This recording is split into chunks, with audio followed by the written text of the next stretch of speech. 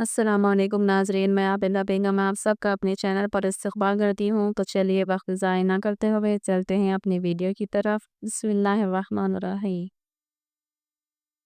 تو آج کا ہمارا سبق ہے ادغام مع الغنہ، یعنی تختی نمبر 24 جو ہم نے ادھوری کری تھی، اب ہم اس کو مکمل کریں گے۔ دیکھیے تختی نمبر 24 ادغام یرملون، ہم نے کیا پڑھا تھا؟ یرملون کے بارے میں کہ لام اور را کی صورت میں آپ بغیر غنے کے پڑھیں گے، اور جب بقیہ 4 حروف ہیں یا میم واو نون، آپ کو اس کو غنے کے ساتھ پڑھنا ہوگا۔ تو وہاں پر آپ جلدی پڑھ رہے تھے، اب آپ کو یہاں پر کھینچ کر پڑھنا ہے۔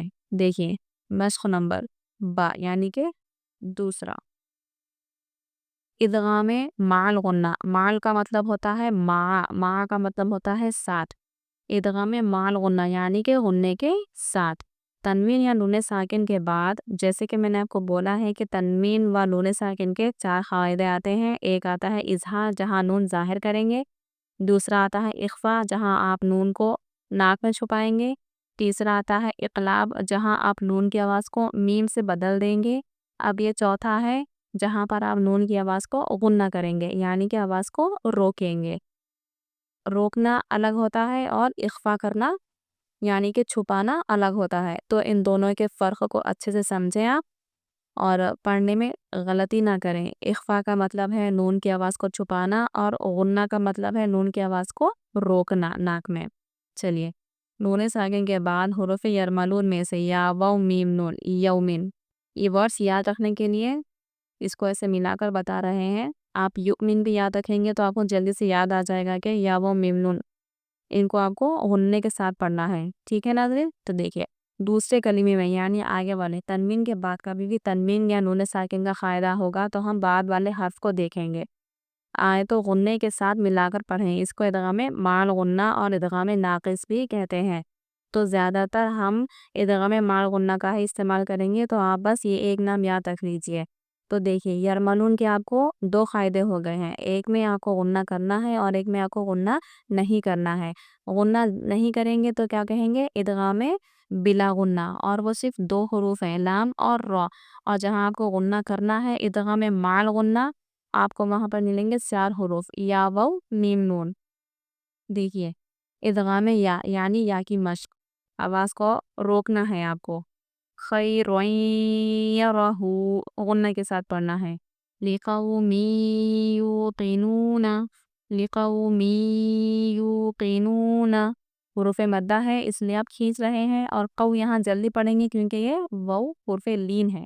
یا کی آواز کو آپ روکیں۔ می یومن، من یقولو، من یقولو، دیکھیے یہاں پر آواز آپ کی ناک میں چھپ رہی ہے اور یا کو آپ روک رہے ہیں۔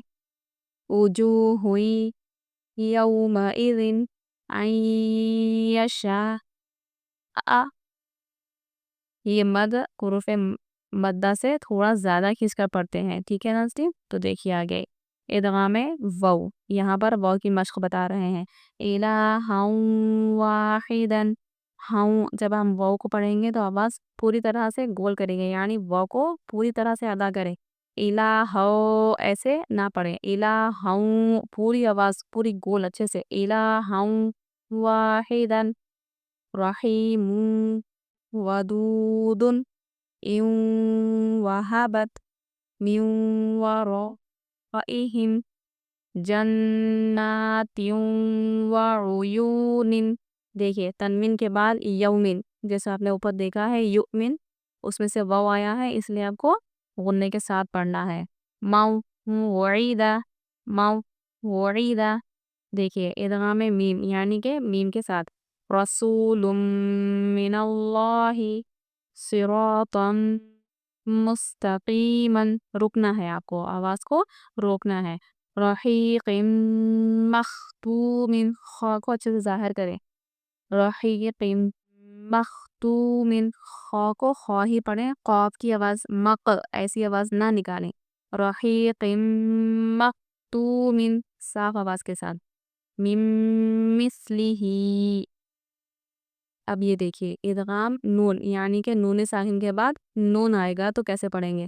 من نبی، نورا نهدي عاملة ناصبة صبة صوت کو پر پڑھیں گے لمن نريد فمن نكث يومئذ ناظرة ٹھیک ہے نا سی يومئذ ناظرة تو ناظرین آپ کو اتنا سمجھ میں آیا ہوگا.